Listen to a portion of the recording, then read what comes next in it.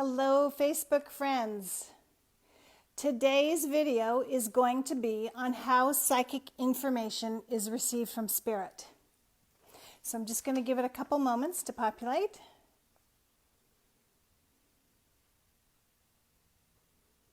So we're going to be talking about how psychic information is received from spirit. And I hope you're going to enjoy this video, and I hope you will share it with your friends, give me a thumbs up, send me some hearts, subscribe, whatever options are available in the venue you are watching it in. So I thought it would be helpful to share this information, as there are so many different ways that information comes in from spirit, and I think it's really important that we have a sense of how it can be received if we want to be able to receive it ourselves. So the first piece is that there is the receiving of psychic information from spirit, and then there is the interpreting of psychic information, or the deciphering, or the I like to call it, what do I call that? It's a name that transcoding. It's a name that happens to my audios after I make them. They have to transcode in the audio program I use. So basically it just means they're completing, they're kind of coming up to a place where we know what they are. So we receive psychic information, and then we have to interpret it, transcode it, decode it, whatever you want to call it. And one of the things I want to share with you most is oftentimes the information from spirit is extremely fast. It can be fleeting. It can seem like we didn't even receive it, because it's like whoosh, and it seems like we're still asking for the answer or looking for the psychic information to come through. But in the meantime, we've already received it, and we're kind of discounting that because it just seemed like wind rushing right through us. Then there's, sometimes when I'm working with clients or people, it can almost be like drinking from a fire hose. The information is coming at me so quickly, quicker than I can process it through my brain and relay it to the client. And sometimes in my classes when I'm teaching, the information is just streaming through, and it's hard to slow that speed down. It's almost like, imagine a fire hose pouring in the crown, and then you have to slow it down and bring whatever it is out the mouth in words so that people can understand it. So it's fast, it's fleeting, and it can be like drinking from a fire hose. So some of the ways, I made myself some notes so I wouldn't forget to say anything. Thank you for the hearts. Love you too.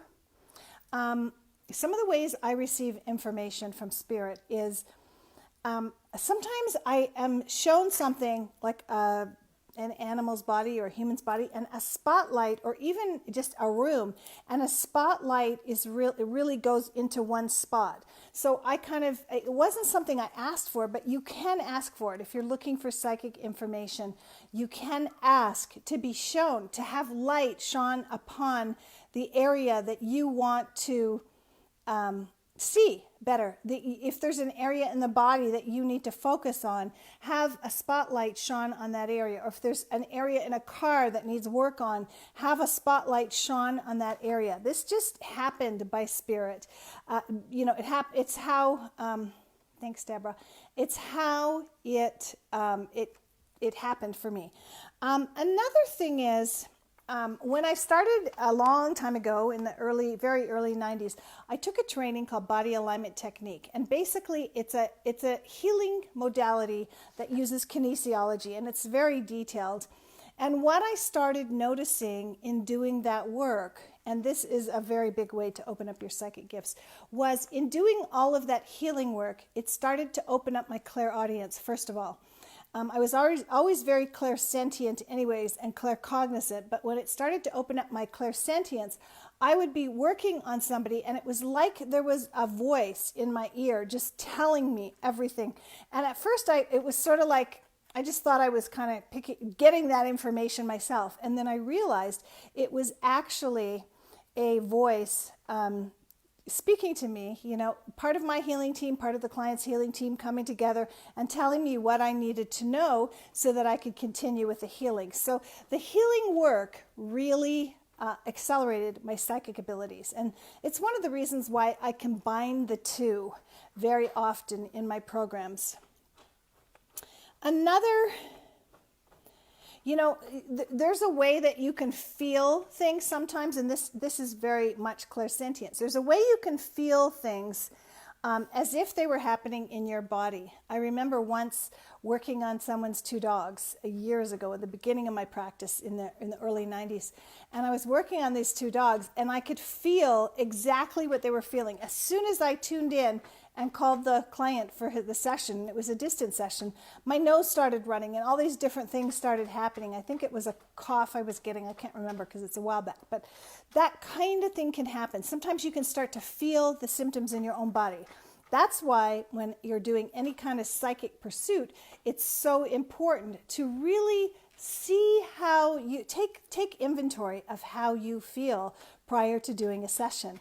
Take that inventory so that then when a symptom crops up in the middle of a session, you absolutely know what, that is from the other being, because it's not confused with yours. It's very important to take that inventory.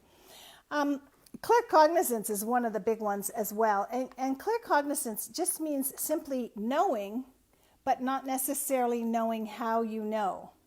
So, and that was a hard one for me. That was one of the first clairs that I really became aware of.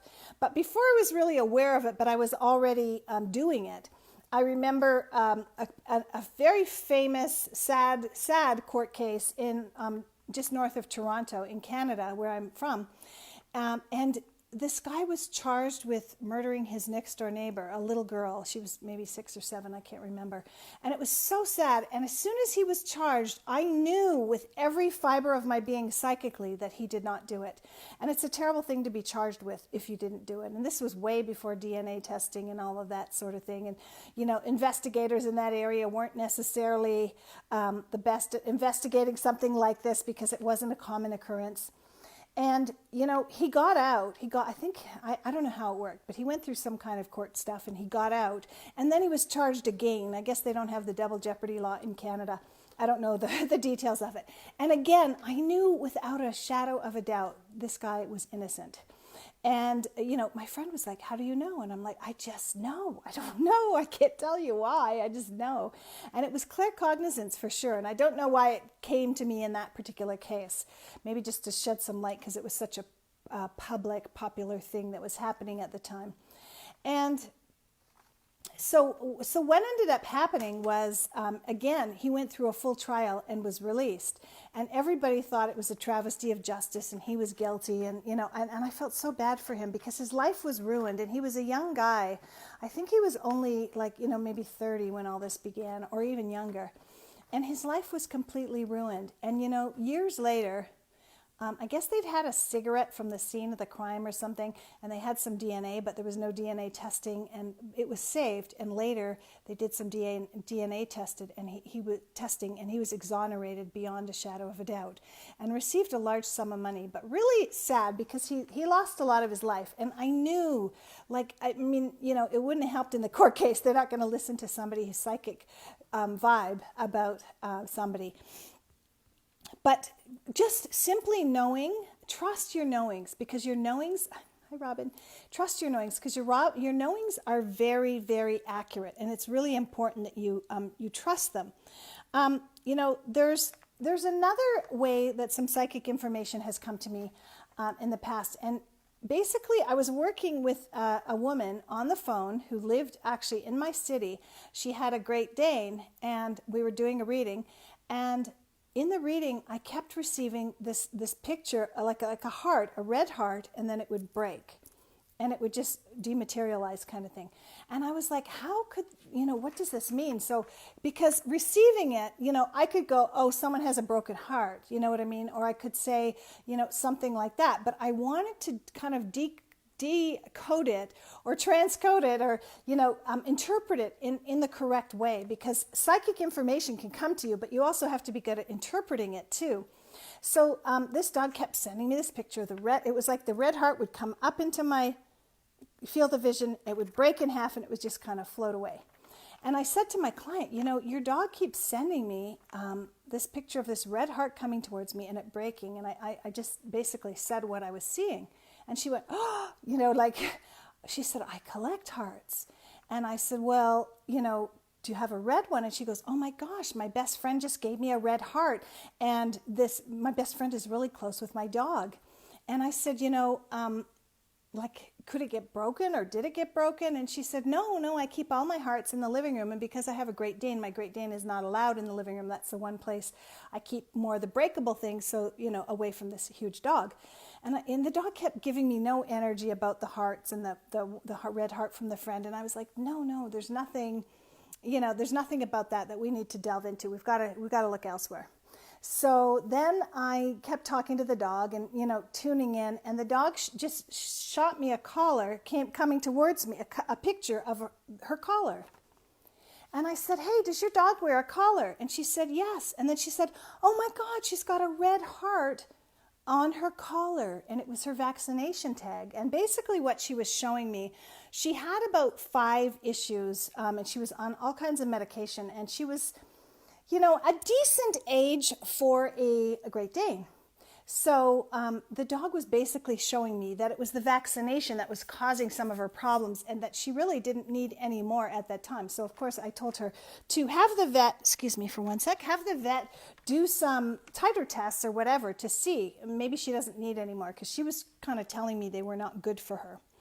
So another way that we can receive psychic information, and I have received, hi Mona, I have received some psychic information, hi Faith, from my dreams. Sometimes you can actually ask for your dream to bring you some psychic information, or you may just have a dream randomly that's so strong that gives you psychic information. I talked in one of my other videos about how my golden retriever Jigs came up with all this information for me,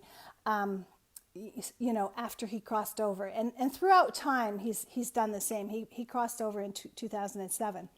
So basically there's like the spotlight, the talking in your ear. You can actually close your eyes sometimes and see a movie. You can ask to be shown exactly what's going on and see a movie. You can receive symbols and moving symbols and interpret them. Sometimes you'll just receive a color and it may mean something. It may be related to a chakra. It may not be. It may be related completely to something different. So it's really always important that you pay attention. Hello, Loretta. Hello, Diane. Thanks for joining me. Please, if you like the video, please give me a thumbs up, give me a heart, share it with your friends. I want to get this information out there. So the other thing is, sometimes in dreams, like my dog Jigs, who would come to me in my dream time, would give me healing solutions. Sometimes I would have healing dreams, basically, where it would be for myself or for another client I've been working with.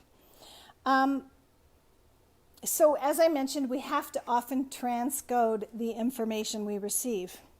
And there's another thing that I just want to touch upon briefly here, and that is, I call them, in my clairvoyance mastery training, I call them clairvoyance accelerators. And, I first was introduced to this concept. Sorry, I'm like dying of heat here. My AC hasn't been on for a while. It just finally started cranking on. It's probably 100 degrees out there and a little bit humid because we're going to have a monsoon shortly. So I'm getting really hot. Anyways, clairvoyance accelerators, what they are is they are things that we do that help to activate our psychic abilities for us. And let's see, Loretta says, I see dragonflies from my 7.5 pit bull that passed away in November from cancer to let me know he's probably okay. I can't see the rest of it right now. I will read it after, Loretta. Thank you. Thank you for sharing that. So basically a clairvoyance accelerator, and it could be it could just be called a psychic accelerator, because if you're more clairaudient or more clairsentient or more claircognizant, there are many things that will accelerate your gift. And I remember years and years ago, I went for a reading with Colette Baron. It was probably 1990, because I was before I left Toronto, and she lived in Toronto, and so did I. And a friend of mine and I went to see her, and this was in early days for her. And when she was doing the reading, I didn't know her, had never met her. She was not famous as she is now.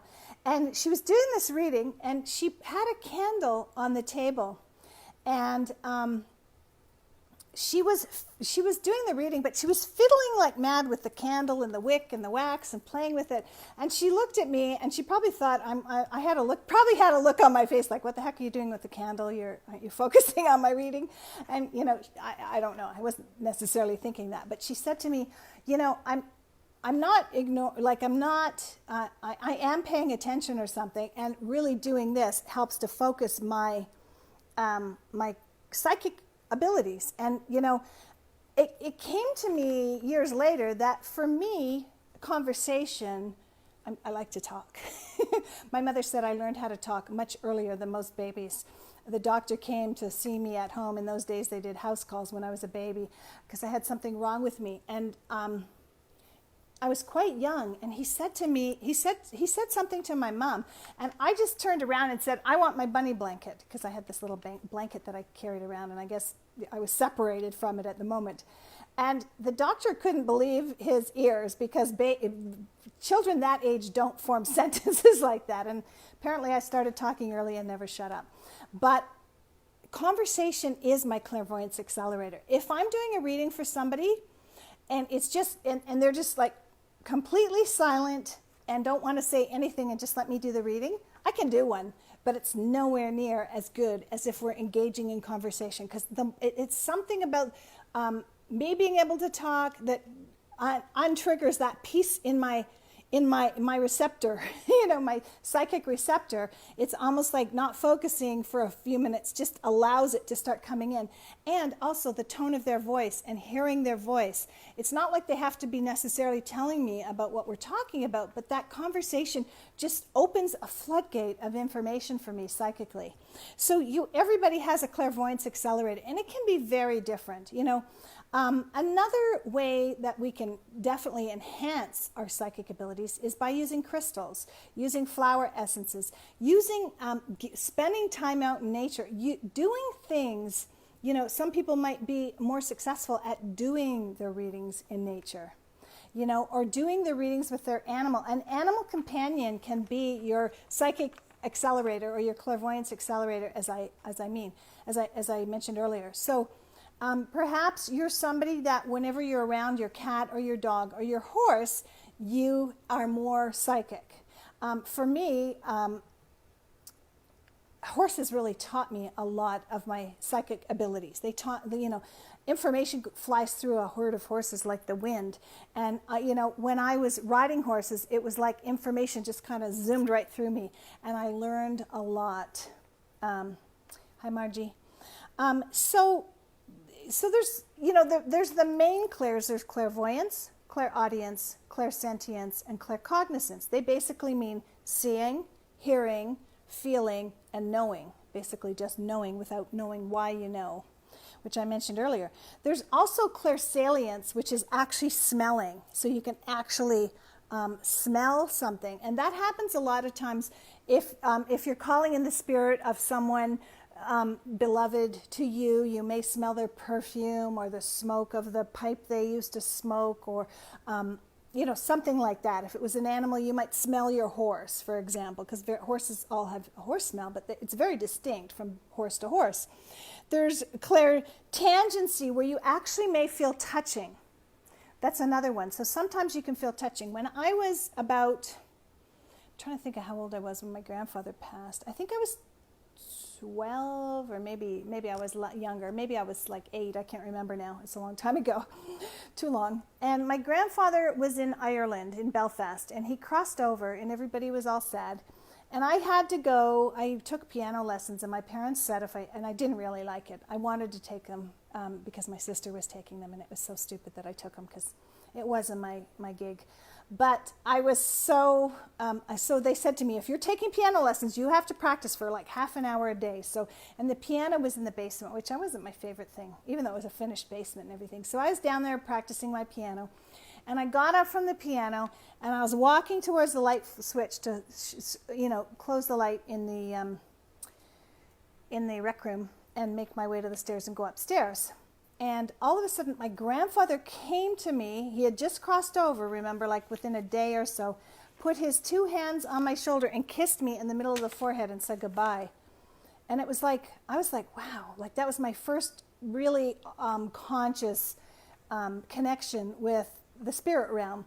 And I remember going upstairs, and I wanted to tell my mom, but I was a little bit scared because I thought she was going to think I made it up, or it wasn't true, or I was crazy, or whatever, you know. And I told her, and she right away acknowledged that yes, that was my grandfather, and that she had had connections with spirits, and many people in our family had.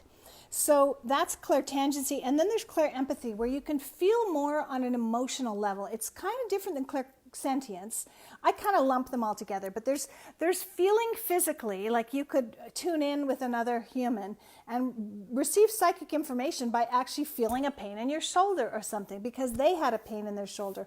Or if you were connecting with how they crossed over, you might have just a sense physically for a fleeting moment or two about how they felt physically. But then there's that clairempathy where you're actually feeling how they felt emotionally. I kind of think of them as one and the same.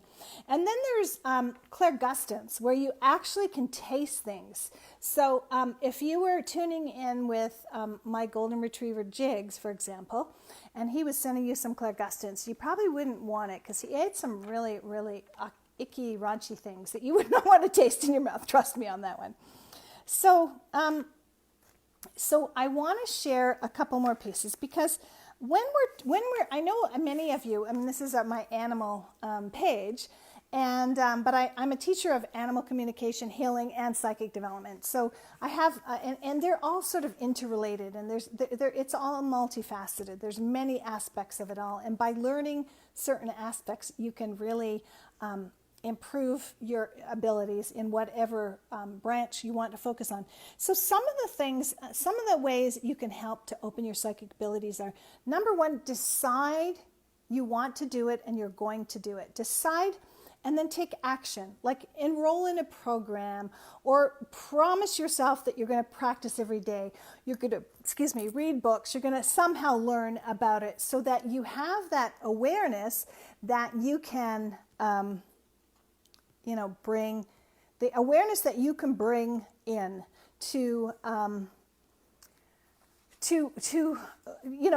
develop your psychic abilities. Your intention has to be set in such a strong way. I like to say, set your intention with the same conviction that a pilot who is going to land a plane has. He doesn't say, I'm going to try to land the plane. He's going to land that plane. That is his only option in his consciousness. So do that. Give yourself some quiet time. Quiet time at home, quiet time with your animals. Spending time with animals can be an amazing way to enhance your psychic abilities. They are the word's slipping my mind. They are like the holders, or they're the instigators, that's not the word I mean, it'll come to me, of your soul's divine mission. So they already know when they come to you what your soul's divine mission is, and they're the ones who prompt you to that. So if you spend some time with them, the pieces, the way you are meant to be psychic, and everybody's different, will come forth for you when you spend time with them, when you spend time in nature. I personally love spending time in nature and being out amongst the birds and the trees and interacting with other beings. I've had major interactions with red-tailed hawks, hiking in Sedona. I've had, unfortunately, some major interactions with some rattlesnakes, which was very powerful, a little scary at the moment.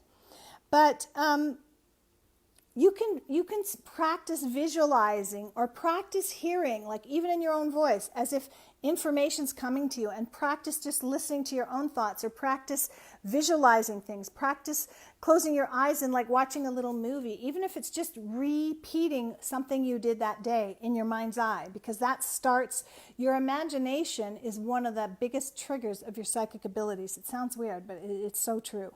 And sometimes we just need to crack that code, break that open so that we can allow it in, okay? You can work a lot with crystals. Crystals can really help you. And I'm going to be posting some posts on this page we haven't put them together yet, but they're going to be coming. So watch from, I have a number of series, like I have my Animal Totem series and I have my Divine Power series coming up. And I've got a Chakra for Animals series coming up. And I'm going to be having a crystal series, which is going to help let you know about crystals that are going to help you with your psychic abilities, your animal communication, and your healing. So watch for that coming down the pipe. Pay attention to your dreams. Ask for psychic information in your dreams, and then really pay attention. Practice meditating. You know, meditating, you can even meditate for a couple of minutes. You don't have to commit to an hour or half an hour or even 15 minutes. Ask for what you want. Ask your guides, ask your healing team, ask your angels, ask the ascended masters or the archangels. If you don't feel like you're connected to your healing team yet, ask my healing team to come and help you. Okay, and one of the really important pieces I want to share at the end here is that don't discount any information that comes your way. Hi Sue. Back in the early 90s, I was teaching a class. It was an animal communication class, and it was so interesting because this girl and people were paired up, and this girl was doing a reading for another girl, and she felt like she had gotten nothing because when she tuned in, she just felt this like scribbling on the paper, and she did that, and she said, you know, she called me over and said, I didn't get anything, you know, I can't do this, blah, blah, blah. And meanwhile, as I started to unravel the story, it was actually the perfect scenario. Hi, Sharon. It was the perfect scenario that she had come to see. And, you know, it was like, so she was ready to discount that information. Like I mentioned at the very beginning of the video, there's this fleeting energy that can, like, you could just receive it like that. And then you feel like you discount that and you're still looking for the answer and it's not coming. Oh, this is a great question. Diane asks, can loved ones come through in photos? Absolutely. Absolutely. You can have a family photo and, you know, see an orb or just see a halo or a feeling of that loved one being in that photo. But you can also sometimes connect a loved one right through a photo of them. I do that a lot with the animals when I'm working with animals on the other side who have crossed over. So yes, photos are like energetic signatures, sort of like energy imprints. And if it's a family photo, so often a loved one who's more recently on the other side will show up in the photo in some way, shape, or form. There may be like a spotlight, like I mentioned, on a bouquet of flowers or a spotlight on something specific that really lets you know they're there. So that's really awesome. So yes, don't discount any of the information that comes to you. Know that it comes in many, many different ways. So stay tuned for more videos. I'm going to be doing a lot more lives and posting some more videos. So abundant blessings, everybody. Please like, share, subscribe, whatever options you have to get this information out there. I really appreciate all of you. And watch the page for lots of great posts and different series coming up. Bye-bye now.